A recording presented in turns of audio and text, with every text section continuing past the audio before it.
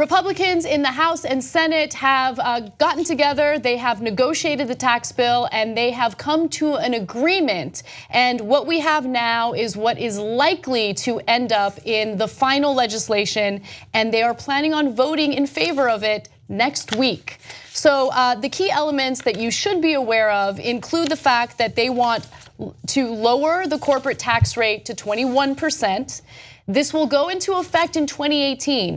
There were some individuals who thought that maybe this would go into effect the year after, but no, they want this to go into effect in 2018. They also would like to lower the top individual tax rate to 37%. Now, this is something I want to focus on for just a second, and obviously they want to eliminate the corporate alternative minimum tax. So when it comes to lowering the tax rate for the top earners, there was some disagreement among those in the House and those in the Senate. There was some talk of making it a little bit higher, maybe it would be around 39%, and then they both decided, no, let's go even lower. So they went down to 37%. So the effective tax rate for top earners will be 35% if they vote to pass this through, and it seems as though they're likely to do that. They will also allow individuals to choose whether to deduct up to $10,000 in income, sales, or property taxes, right? And so that's something that the wording there doesn't really perfectly describe what they're trying to do. They're attacking middle class deductions. If you are part of the middle class, your taxes will go up because they're specifically attacking the deductions that you get to use to lower your taxes or get a tax refund at the beginning of the year when you file. Why are they doing that? Because they got to make up for the loss of revenue when they give these massive tax cuts to corporations and the top earners. So this helps the rich directly a little bit in bringing the top bracket down from about 40% to 37%. But that's actually a distraction because that's a small drop. I'm totally against it. I wouldn't do that. But it's to make it seem like, hey, we're cutting tax on the rich only a little bit by about 3% or so.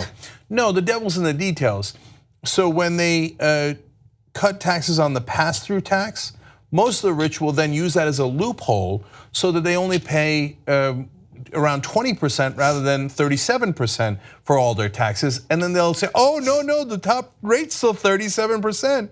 Then they get rid of the estate tax, and then the estate tax will transfers billions of dollars of wealth to the rich instead of having some percentage go to supporting the next generation as they try to live the American dream. So that's another giant transfer of wealth to the rich. But the most important thing is the corporate taxes, because the corporations are the biggest donors. So they bought these politicians. Dropping the corporate rate from 35 to 21% is massive. And it is debilitating for the government. You can't lose all that revenue and still make it up. So what do? They're going to do three things to make it up. Just $1.5 trillion. They're not going to make up. They were lying about caring about the deficit. They're just going to add to it. Number two is, as Anna pointed out, they're actually taking away some deductions you used to have. Taxes on the middle class are going to go up. Even taxes on the poor are going to go up. And then the third thing that they're doing is saying, and by the way, later we'll cut Medicare, Social Security, and Medicaid. Right. And Paul Ryan, Marco Rubio, and so many others have said that they will absolutely do that next because they're going to say, we ran out of money. But you didn't have to run out of money. You're choosing to run out of money to give giant tax breaks to corporations. But the final salt in the wounds is eliminating the corporate alternative minimum tax. Because the original idea when they started this process over a year ago was, oh no guys, this isn't a tax cut, this is tax reform. Yes, we're gonna lower the corporate taxes, but we're gonna take away all the loopholes so that they're actually gonna pay the same amount of taxes. Lies. Not only was it a lie, get a load of the size of the lie. They didn't take away any tax loopholes except one tiny little thing that we talked about on an earlier show. A Republican congressman was asked on MSNBC, what corporate loopholes did you close? He couldn't name one. Well, the one that they're closing is so tiny, it makes no difference at all. So almost no loopholes are closed on the corporate side. But when you take away the alternative minimum tax for corporations, you've actually just added a giant loophole. So in the past, they at least had to pay some bare minimum, so they couldn't do all the loopholes and not pay anything. Now they took away the bare minimum, so they could loophole like crazy. They get the lower taxes and the loopholes because this government isn't a democracy anymore. It's been taken over by the donors. If they sign the checks, the politicians work for them. So yes, on any given election, you can go out and vote in droves and it makes a difference. I don't want you to get discouraged, okay? And we will eventually win back our government through those elections. But generally what they do is they give you two false choices.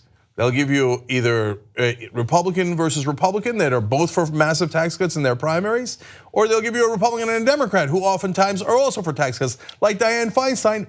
Oh, liberal from California. No way, she voted for the Bush tax cuts. She voted to get rid of the estate taxes before. Why? She's also a billionaire. So they set the rules so that you have false choices, and at the end of the day, the donors get exactly what they want. And this is the donors' dreams come true. It is the donors' dreams come true, but I would like to give the voters some credit because they are paying attention.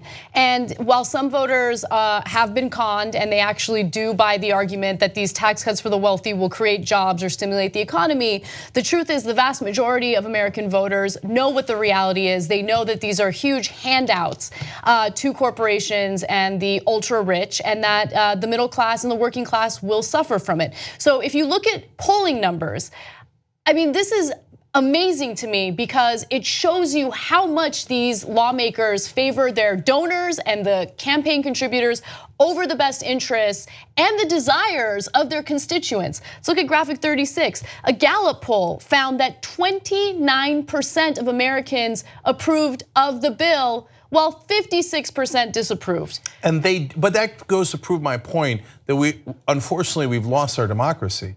Because if you cared about the voters and you saw that your proposal had only 29% approval, you'd run for the hills. You'd never vote for it. If the voters actually decided policy, you would never ever vote for that in a democracy. Because you'd worry that you'd lose your seat. But they don't worry about that because they think it doesn't matter. I'm just gonna get millions of dollars from corporations because I just gave them billions, perhaps trillions of dollars in goodies. And then I'm gonna use it to drown out the other guy. He's not gonna have a microphone at all. I'm gonna have a giant megaphone paid for by corporate America. And then I'm gonna say, oh, it's the corporation's free speech rights to do that. It's terrifying. It's terrifying, and especially for younger generations who already were dealt a bad hand when it comes to the economy after they graduated college, who had a harder time earning the equivalent income that the generations before them earned, adjusted for inflation. Now they get to see the amount of money that gets taken out of each paycheck for Medicare and Social Security, knowing that there is a possibility, if the GOP has its way, that they will never see those benefits. Benefits that they're paying into, benefits that are helping to support the poor, the disabled, the elderly right now. They might never get that type of safety net later on in life, and it's disgusting. No, this is the moment for revolution. This is the moment for a political revolution, because even the Republicans with their dirty, dark money and their bag of tricks, it's not working. As Anna pointed out, for the first time, people are going,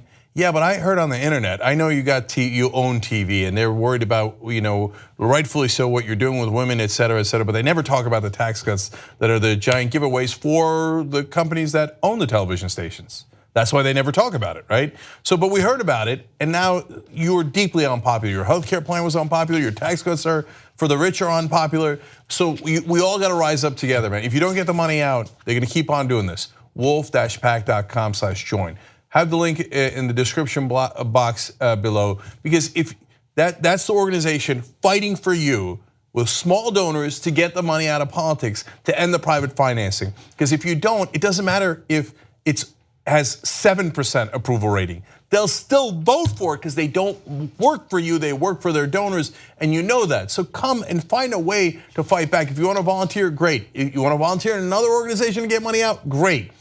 But do anything you can right now, wolf-pac.com/join, description box, click the link and fight back. If you like this video, bless your heart. We got a lot more where that came from. We do a full show every day, Monday through Friday.